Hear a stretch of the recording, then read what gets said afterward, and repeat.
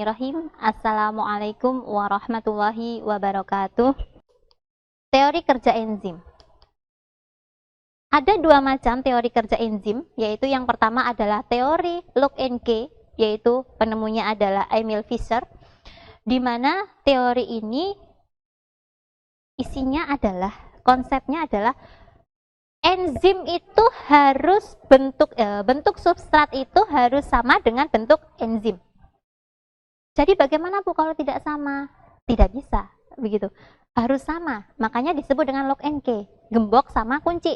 Kalau kita bawa ada gembok, kita bawa kuncinya yang berbeda, gitu bentuknya atau memang tidak pasangannya, maka bisa nggak terbuka pintunya? Gemboknya maksudnya. Tidak bisa. Maka di sini kemiripan sisi aktif enzim dengan substrat itu harus sama. Ya. Kalau nggak sama, maka tidak akan terjadi reaksi enzimatis. Nah, bisa dilihat contohnya seperti ini. Nah, ini kita lihat sama tidak bentuknya di active site dengan bentuk substrat? Sama. Ketika sama, maka bisa terjadi maksudnya bisa terjadi reaksi enzimatis, begitu ya.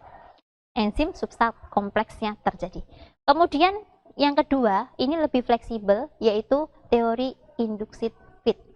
Koslen. Nah, ini penemunya Koslen. Jadi, coba diperhatikan di gambar itu, bagaimana dengan bentuk substrat dan bagaimana dengan bentuk enzimnya. Sama apa berbeda untuk induksi fit? Berbeda ya? Oke.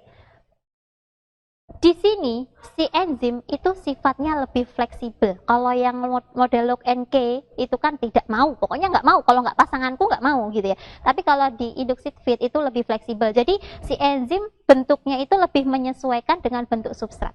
Jadi substrat bentuk seperti apapun, oke, gitu ya. Mau membantu untuk proses percepatan reaksi. Nah, itu untuk teori yang kedua.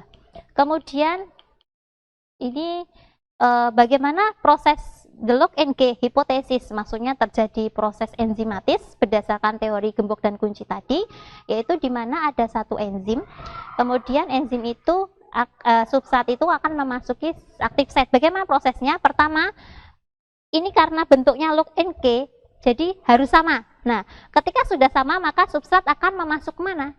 Ke bagian apoenzim. Apoenzim itu apa? Ya di active site yang isi banyak protein tadi, gitu. Masuk ke dalam sisi aktif enzim, kemudian disitulah terjadi proses enzimatis dan terbentuk produk baru. Nah, pertanyaan berikutnya, bagaimana setelah terbentuk produk baru? Apa yang akan dilakukan oleh enzim? Apakah enzim itu akan rusak? Apakah enzim itu akan berhenti bertugas cuma satu kali tugas? Atau bagaimana? Oh, ternyata enzim may be used again. Enzim dapat digunakan kembali untuk proses berikutnya selama persyaratan menjadi enzim, bukan persyaratan menjadi enzim, artinya selama enzim itu masih punya kekuatan untuk melaksanakan tugas untuk membantu dari substrat membentuk produk baru, maka terus selama belum rusak, selama belum terjadi denaturasi, ya, sebelum terjadi kerusakan enzim, maka enzim terus bekerja, begitu. Tadi kan ingat kembali lagi sifatnya, kalau enzim itu bisa rusak karena pemanasan, tapi selama belum terjadi kerusakan maka dia akan terus bekerja.